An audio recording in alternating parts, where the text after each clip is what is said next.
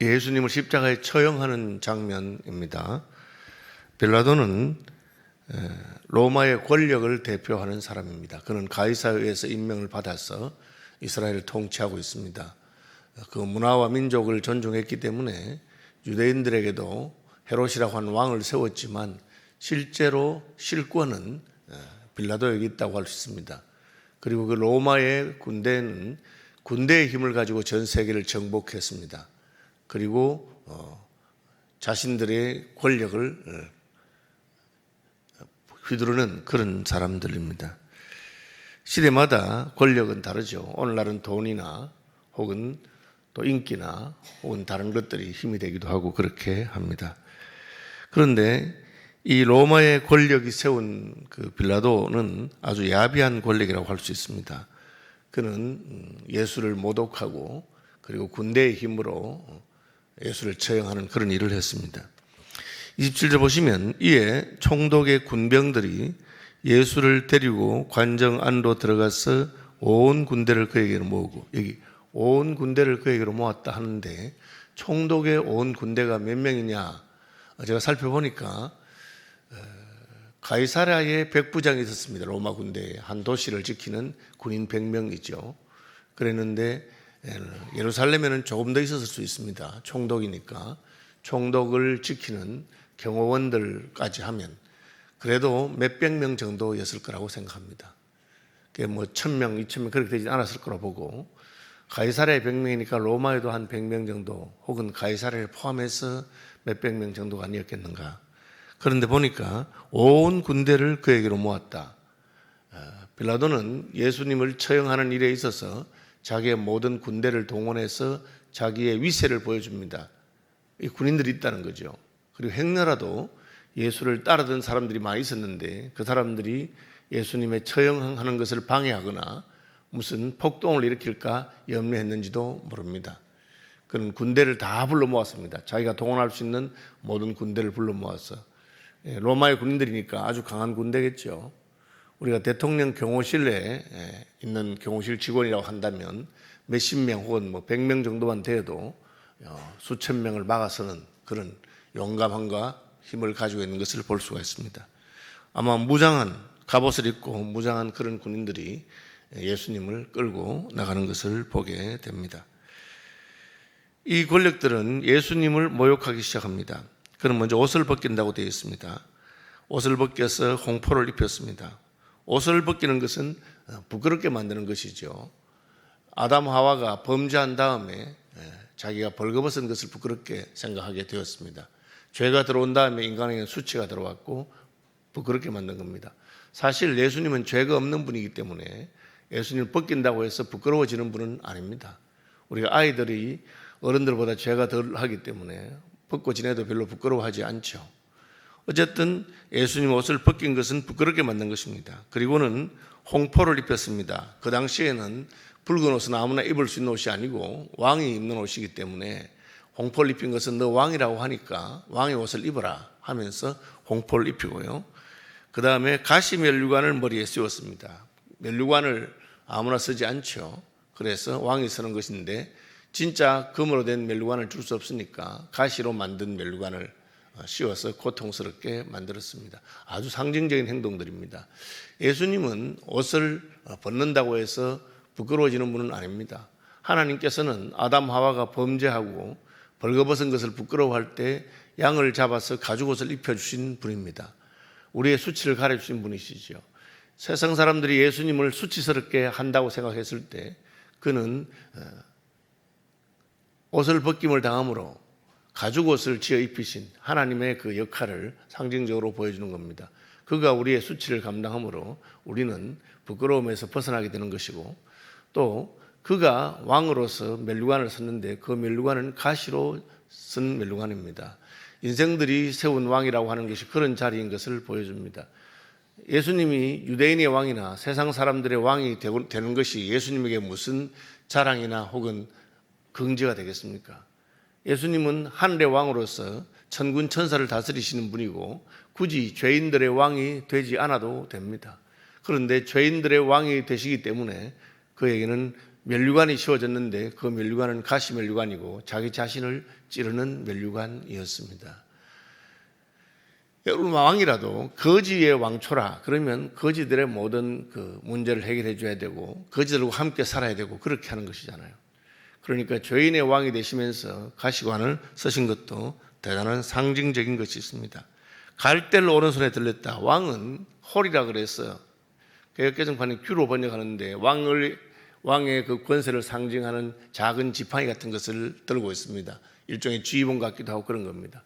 그것을 대신해서 그 갈대를 갖다가, 갈대는 짚으면 부러지는 것이죠. 그 오른손에 들려 주었습니다. 핵심 뭐냐 하면 당신이 왕이라고 하니까 왕처럼 우리가 꾸며준다고 하는 것입니다. 홍포를 입히고 그리고 가시관을 씌우고 갈대를 오른손에 쥐어주고 그리고는 왕이니까 그 앞에 무릎을 꿇고 희롱하여 가로되 유대인의 왕이여 평안할지어다 그렇게 했습니다. 이렇게 한 이유는 백성들이 예수님을 고소할 때, 유대인들이 고소할 때 이 사람이 자신이 왕이라고 했다. 자신이 왕이라고 했는데 우리는 가이사 외에는 다른 왕이 없다. 그렇게 주장했습니다. 아주 그 자기 민족의 정체성을 배신하는 말이죠. 우리는 가이사를 왕으로 섬기고 이 사람 우리 왕이 아니다. 그렇게 말한 것입니다. 그리고 그러니 이 사람은 반역자다.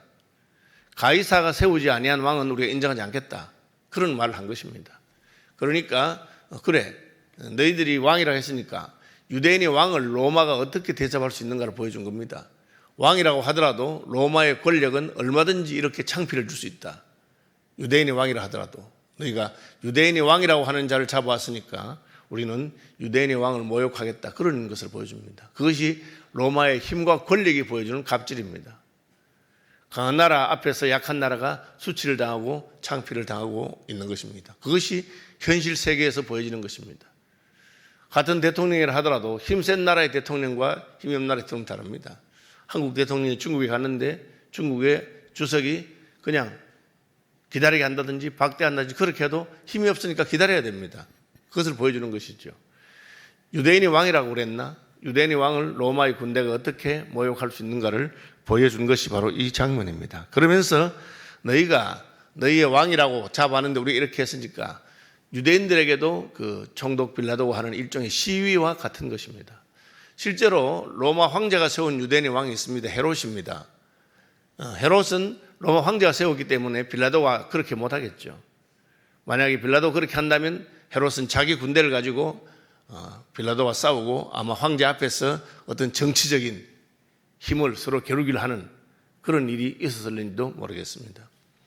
어쨌든 빌라도는 자기가 로마 황제로부터 받은 그 권력을 가지고 예수님을 희롱합니다. 희롱을 당한 후에 홍포를 벗기고 도로 그의 옷을 입혀 십자가에 못 박으려고 끌어나갔다. 이게 일종의 조리돌림을 한 겁니다. 미리 한번 모욕을 다 주면서. 이것이 세상의 권력이 자신들이 힘이 있다는 걸 보여주는 방식입니다. 그리고 우리가 재판할 수 있다는 거죠. 이 재판이라고 하는 것은 정의를 드러내는 것이지 힘을 드러내는 자리는 아닙니다. 그런데 빌라도는 자기에게 정의가 없습니다. 그는 무엇이 옳은지 알았지만 예수님을 처형했기 때문에 그러니까 그가 보여주는 힘밖에 없는 겁니다. 정의가 없는 힘은 힘을 가지고 자신이 정당한 것처럼 그렇게 하지만 그것은 정당하지 않은 것입니다. 그가 정의를 대변하지 않은 것을 어떻게 알 수 있습니까? 예수님을 끌고 가다가 로마 군인들이 예수님이 쓰러지고 하니까 구레네 사람, 이 구레네는 아프리카의 지명이기 때문에 이 구레네 사람은 흑인일 가능성이 있습니다. 구레네 사람 시몬이라고 하는 사람을 만나서 그에게 억지로 십자가를 지도록 시킵니다. 그러니까 이것은 로마의 어떤 정의가 아니라 힘으로 지기 싫어하는 사람, 야, 너 이리 와봐. 너 이리 와봐. 지금 이 사형수가 지금 십자가를 지고 하는데 자꾸 넘어지니까 시간이 걸리니까 네가 대신 너 튼튼해 보이는구나. 그렇게 합니다. 그럼 어떻게 합니까? 힘 앞에서 꼼짝 못하는 겁니다. 그것이 힘으로 통치하는 나라인 것을 보여준 것입니다. 로마는 군대의 힘으로 통치하는 나라고 로마는 아무나 붙들어 와서 그 사람에게 십자가를 지라 하면 질 수밖에 없는 여기서 십자가는 우리가 생각하는 저는 십자 모양이 아니고 가로대 십자가에 가로로 되어 있는 그 대만을 보통 어깨에 지고 가는 것을 말합니다. 세로대는 그 갈보리산에 세워져 있습니다. 그래서 그 가로대 된 것을 세로대다가 내려가지고 박아서 다시 세우는, 일반적으로 그렇게 생각합니다. 그래서 고린의 시몬을 차출한 내용도 로마 군대의 힘이라고 하는 것, 로마의 통치라고 하는 것은 군대의 힘에 의한 통치고, 그 통치는 약한 자를 억압하고 강제로 시키는 그런 것을 보여주었습니다. 다시 말하면 예수님을 처형한 그 일련의 과정은 정의에 근거한 것이 아닙니다. 힘에 근거한 것이고 정치적인 타협에 근거한 것임을 보여주는 것입니다.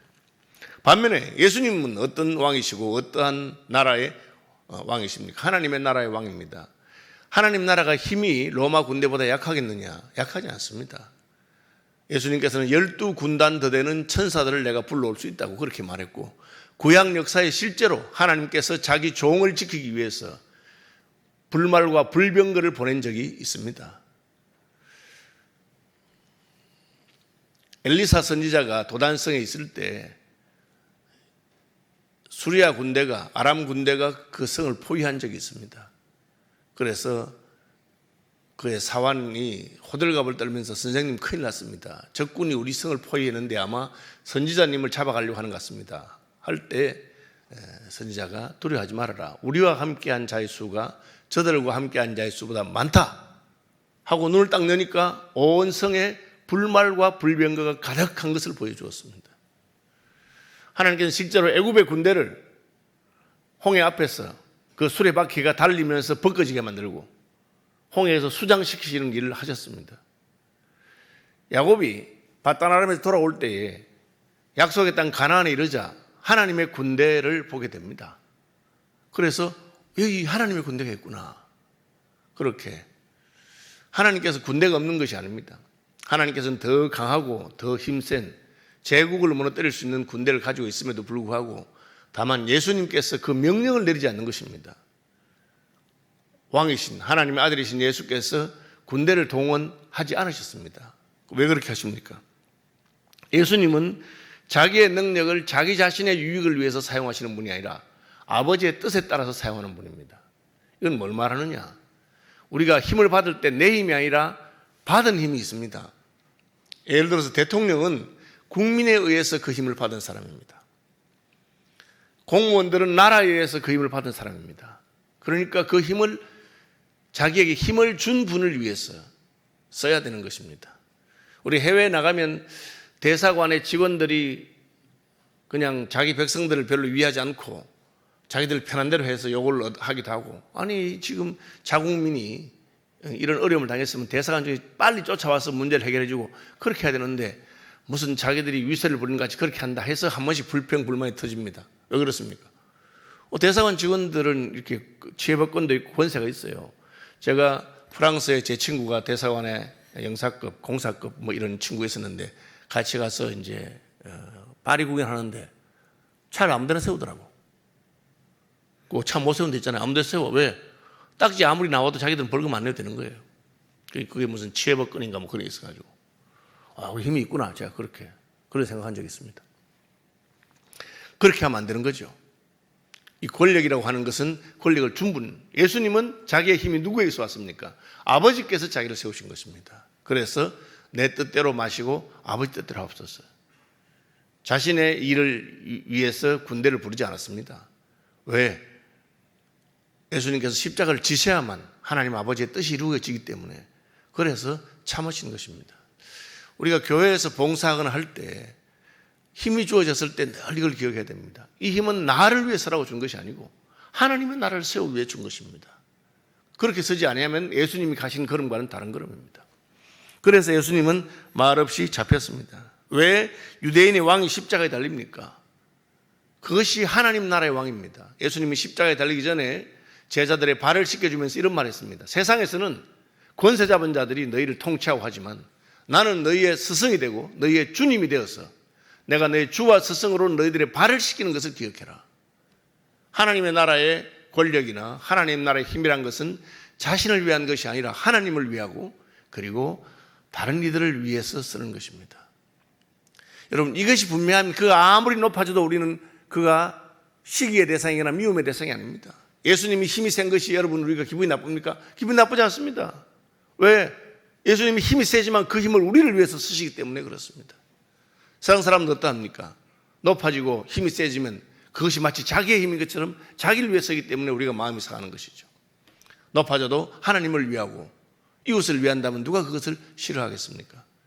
옛날에는 가문과 지역에 공동체가 있었습니다. 그래서 한 집안에 한 사람만 출세해도 그 집안 사람들이 전부 다 그냥 거기에서 덕을 보고 그렇게 합니다. 그러니까 기분 나쁜 일이 없습니다. 우리 가문에 누구 하나 높은 사람 하나 났다 하면 다 자랑스럽게 생각합니다. 예수님께서는 자기의 권세를 자신을 위해서 쓰지 않으시고 그냥 당하셨습니다. 왕이지만 모욕을 당하신 것입니다. 예수님의 능력은 어디 있습니까? 그 힘을 자신을 위해서 쓰지 않는데 예수님의 능력이 있습니다. 예수님은 모욕을 당하셨지만 참으셨습니다. 예수님을 보고 막 욕을 합니다. 네가 하나님 아들이면 내려와 봐라. 성전을 허는 자야 하고 막 그렇게 합니다. 이게 힘이 있으면 내려와서 억울한 일을 당하지 않는 것, 그것이 심지어 유대인의 종교 지도자들과 이스라엘 백성들이 한 말이에요. 너 진짜 하나님 아들 내려와라고. 뭐 가만히 있는 게 무슨 하나님 아들이냐 그렇게 합니다. 그러니까 그들이 힘에 대한 이해가 뭐냐 하면 힘이 있으면 권세를 부린다는 거죠. 그래야지 힘이 있는 것이 증명되고 그래야지 하나님께 복 받은 것처럼 그렇게 말합니다. 예수님 그렇게 하지 않았습니다. 예수님께서는 고난을 당하셨습니다. 그리고 실제로 산상보훈에서도 을을 위해서 핍박을 받는 자가 복이 있다고 하셨고, 후일의 베드로는 거꾸로 십자가에 달려 죽은 그 베드로는 말하기를 애매히 고난을 당해도 하나님을 생각함으로 참으면 아름다운 일이다. 그렇게 말했습니다. 하나님의 나라를 위해서 고난을 당하는 것은 복된 일이라고 그렇게 했습니다. 예수님께서 그 본을 보여주신 것입니다. 여러분, 하나님께서 여러분에게 복을 주셔서 더 부자가 되고 더 권세 있게 되고 더 높아지기를 저는 바랍니다. 문제는 그렇게 되었을 때 그것을 어떻게 사용하냐 하는 것입니다. 예수님은 자신을 위해 사용하지 않았습니다. 모욕을 당해도 참으셨습니다. 여러분, 교회에서 잘하다가 무시를 당하고 모욕을 당하면 발끈하는 분들이 있습니다. 그것이 사실은 인간의 본성이죠. 내가 열심히 하고 충성하는데 박수 쳐주고 인정해주면 다 좋아하는 거예요. 그 내가 이렇게 수고하고 애쓰는데 나를 몰라주고 오히려 외면하고 무시하고 억울한 소리를 들을 때 인생이 못 견딥니다. 예수님 보고 내려와 네 하나님 아들이면 내려와 보라고 그렇게 합니다. 그런데 예수님은 참으셨습니다. 그것이 능력입니다. 여러분, 오른뺨을 때리는데 왼뺨을 돌려댈 수 있는 것은 심히 어려운 것입니다. 그렇게 할 수 있다면 그것은 예수님의 능력입니다. 우리는 그것을 위해서 부르심을 받은 자들입니다. 그럼 그 억울함을 누가 풀어줍니까? 하나님께서 풀어주십니다. 하나님께서 다 보고 계시고, 내가 예수 믿어서 모욕을 당하고 예수 믿어서 애매히 고난을 받은 것이 천국에서 여러분의 상인 줄 아셔야 됩니다. 예수 믿고 성공하고 예수 믿고 높아지고 예수 믿고 유세하고 큰 소리 하는 것은 다 할 수 있습니다. 그러나 내가 예수 믿어서 고난을 당하고 예수 믿어서 모욕을 당하고 바로 했는데 사람들이 몰라주고, 여러분, 그것이 우리의 상입니다. 네가 하나님 아들이면 해봐라. 가만히 계십니다. 누가 하십니까? 하나님께서 하십니다. 이러므로 그를 지극히 높여 모든 이름 위에 뛰어난 이름을 주시고 하늘과 땅에 있는 모든 권세들이 그의 앞에 무릎을 꿇게 하십니다. 예수님이 하실 필요가 없습니다. 하나님께서 하십니다. 하나님께서 그를 높이십니다. 여러분, 이것을 늘 기억하셔야 합니다. 쓸개탄 포도주를 거절했습니다. 쓸개탄 포도주는 뭡니까? 진통제의 효과가 있습니다.